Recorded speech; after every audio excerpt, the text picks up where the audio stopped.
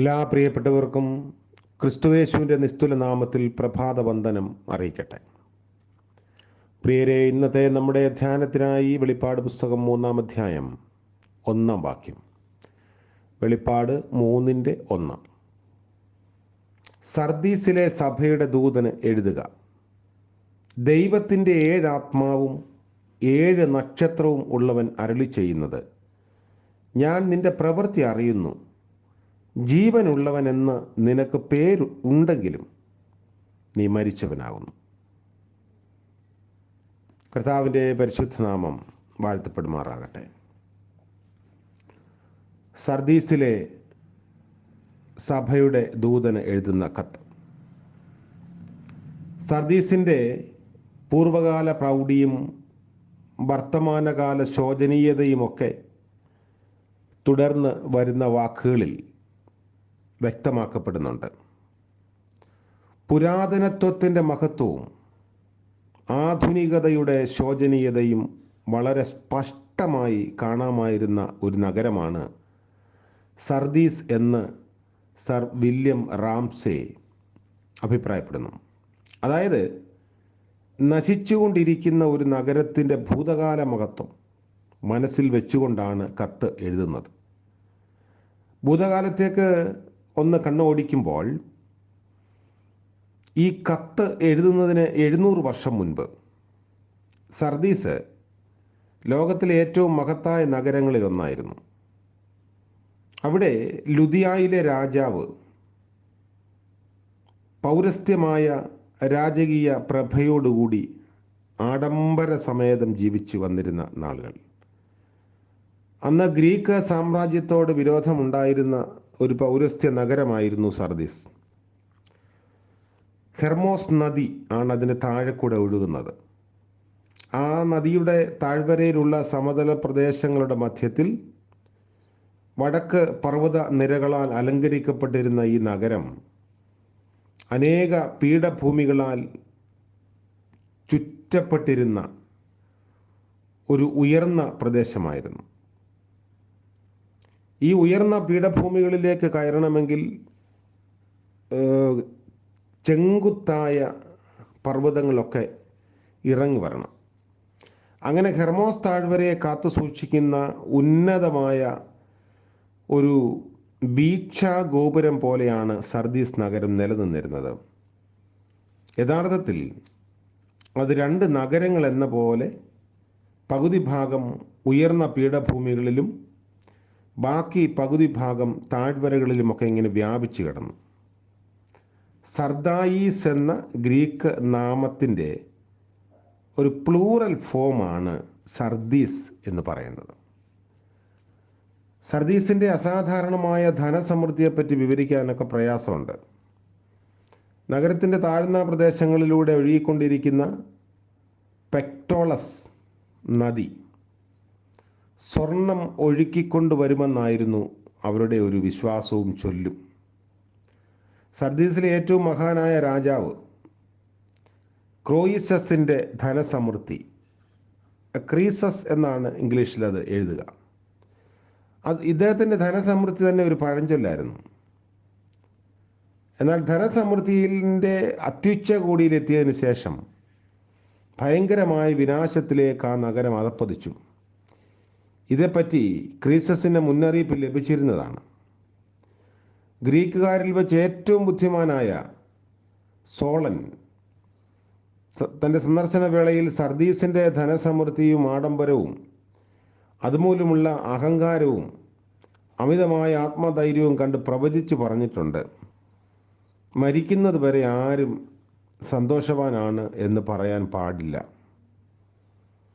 Creases പേർഷ്യയിലെ സൈറസുമായി യുദ്ധത്തിന് പുറപ്പെടുകയും, അതായത് കോരസ്, അതോടുകൂടി സർദീസ് നിഷ്പ്രഭമാകുകയും ചെയ്തു. ഡൽഹിയിലെ ഭാവി ഗണിച്ചു പറയുന്ന പ്രവാചകിയോട് ഈ ക്രീസസ് ആലോചന ചോദിച്ചപ്പോൾ കിട്ടിയ ഉപദേശം, ആലീസ് നദി കടന്ന് അക്കരെ പ്രവേശിക്കുന്ന പക്ഷം നീ ഒരു വലിയ സാമ്രാജ്യത്തെ നശിപ്പിക്കും. അതായത് ആലീസ് നദി കടന്നു വേണം പേർഷ്യയിലേക്ക് പ്രവേശിക്കാൻ. വാസ്തവത്തിൽ പ്രവാചിക പറയുന്നതിന് രണ്ട് അർത്ഥം ഉണ്ടാവാം. ഒന്ന്, പേർഷ്യ സാമ്രാജ്യം നശിപ്പിക്കുമെന്ന്. രണ്ട്, ഗ്രീക്ക് സാമ്രാജ്യം നശിപ്പിക്കുമെന്ന്. സാധാരണ ഇങ്ങനെയാണ് ലക്ഷണം നോക്കി പറയുന്നത്.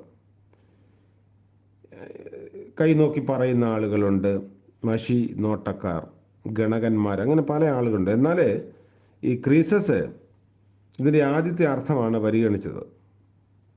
രണ്ടാമത്തെ സാധ്യത മനസ്സിലാക്കാൻ അഹങ്കാരം അദ്ദേഹത്തെ സമ്മതിച്ചില്ല എന്ന് പറയുന്നു. അതുകൊണ്ട് പേർഷ്യ സാമ്രാജ്യത്തെ തീർച്ചയായും നശിപ്പിക്കാം എന്ന വ്യാമോഹത്തിൽ വീണ്ടും യുദ്ധത്തിനൊരുങ്ങി. ഒരു പാർത്ഥിയൻ സൈനികന്റെ കുശാഗ്ര ബുദ്ധിയുടെ ഫലമായി കിഴക്കാൻ തൂക്കായ മലഞ്ചരിവിലെ പാറ പോലെ ഉറച്ച കളിമൺ വിള്ളലുകൾ ഉപയോഗിച്ച് സൈറസിൻ്റെ ഒരു സേനാ വിഭാഗം സർദീസിൻ്റെ പീഠഭൂമിയിലേക്ക് ഇരച്ചു കയറി.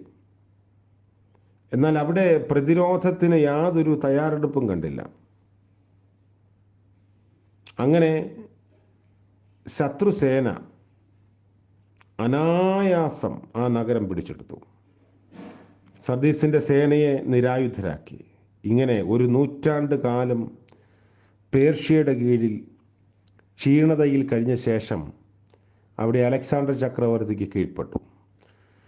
സർദീസ് നഗരത്തെ അലക്സാണ്ടർ കുറേയൊക്കെ പുനർനിർമ്മാണം നടത്തി ഗ്രീക്ക് സംസ്കാരം തിരികെ കൊണ്ടുവരികയും ചെയ്തു.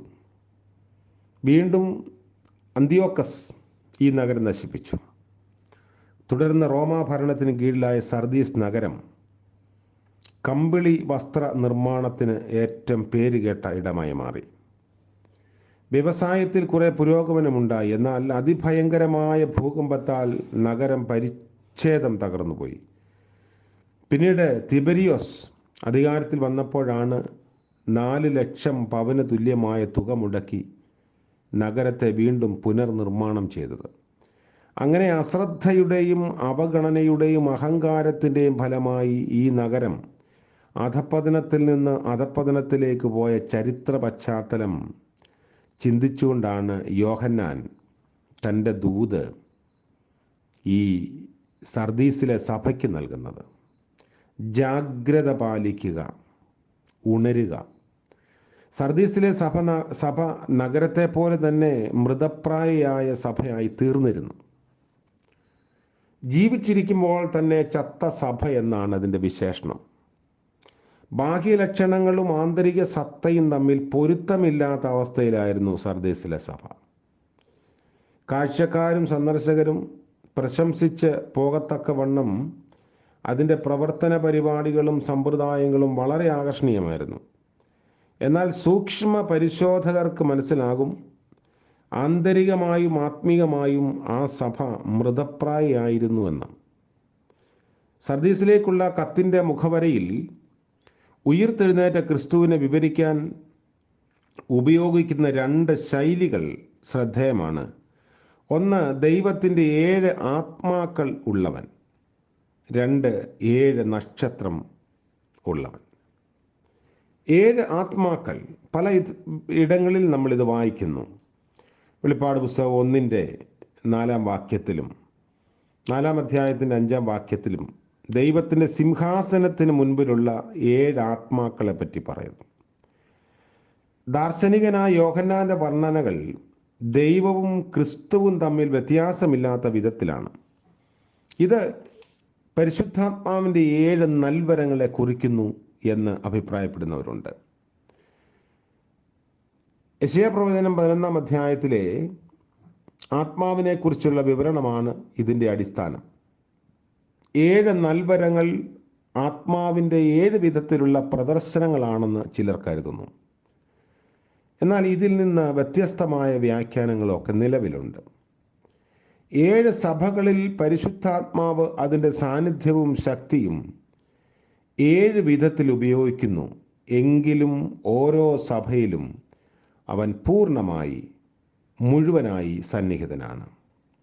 7 ആത്മാക്കൾ പരിശുദ്ധാത്മാവിൻ്റെ സമ്പൂർണ്ണ പ്രവർത്തനത്തെയും സാർവത്രികമായ സാന്നിധ്യത്തെയുമാണ് കുറിക്കുന്നത്. ഒരു പൂർണ്ണതയുടെ അടയാളമായി പഴയ നിയമത്തിലും പുതിയ നിയമത്തിൻ്റെ വ്യത്യസ്ത ഭാഗങ്ങളിലും 7 എന്ന സംഖ്യ നമ്മൾ കാണുന്നു. ദൈവ സാന്നിധ്യത്തിൻ്റെ പൂർണ്ണതയാണ് 7 ആത്മാക്കൾ എന്ന പ്രയോഗത്തിലൂടെ നമ്മൾ മനസ്സിലാക്കുന്നത്. അതിന് ഗ്രീക്ക് സംസ്കാരത്തോടും മെസൊപ്പൊത്താമിയൻ സംസ്കാരത്തോടും ബന്ധമുള്ള ചില പശ്ചാത്തലങ്ങൾ, ബാക്ക്ഗ്രൗണ്ട്സൊക്കെ ഉണ്ടാവാം. ഇവിടെ ആ സഭയോട് പറയുന്നത്, നീ ഉണരണം. തുടർന്നുള്ള ദിവസങ്ങളിൽ അതിനെക്കുറിച്ച് നമുക്ക് ചിന്തിക്കാം. പട്ടുപോയ സർദീസ് പട്ടണത്തിൻ്റെ ഓർമ്മ നിലനിൽക്കുന്ന തരത്തിൽ യോഹന്നാൻ സഭയോട് പറയുന്നത്, ജീവനുണ്ട് എന്ന് പേർ മാത്രമേ നിനക്കുള്ളൂ. ഇത് നമ്മുടെ ഇന്നത്തെ വർത്തമാനകാല സാഹചര്യങ്ങളുമായി ചേർന്ന് നിൽക്കുന്ന ശക്തമായ ഒരു വാണിംഗാണ്.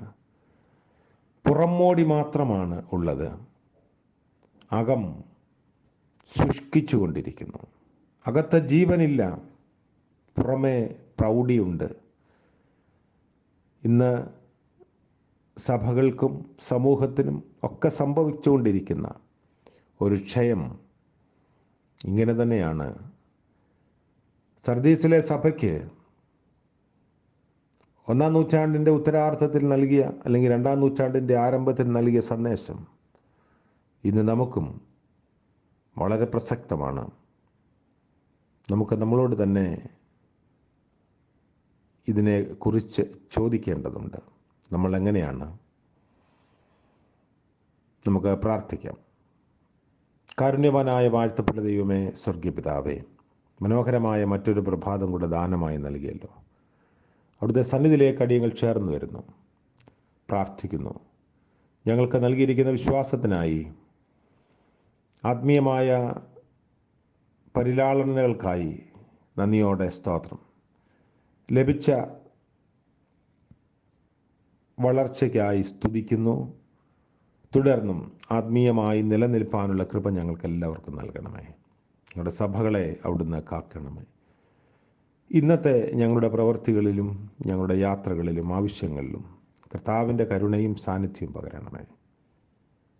ബലവും സൗഖ്യവും ആരോഗ്യം നൽകി അവിടുന്ന് സൂക്ഷിക്കണമേ. ഞങ്ങളുടെ അവിശ്വസ്തതയും കുറവുകളും പൊറുക്കണമേ.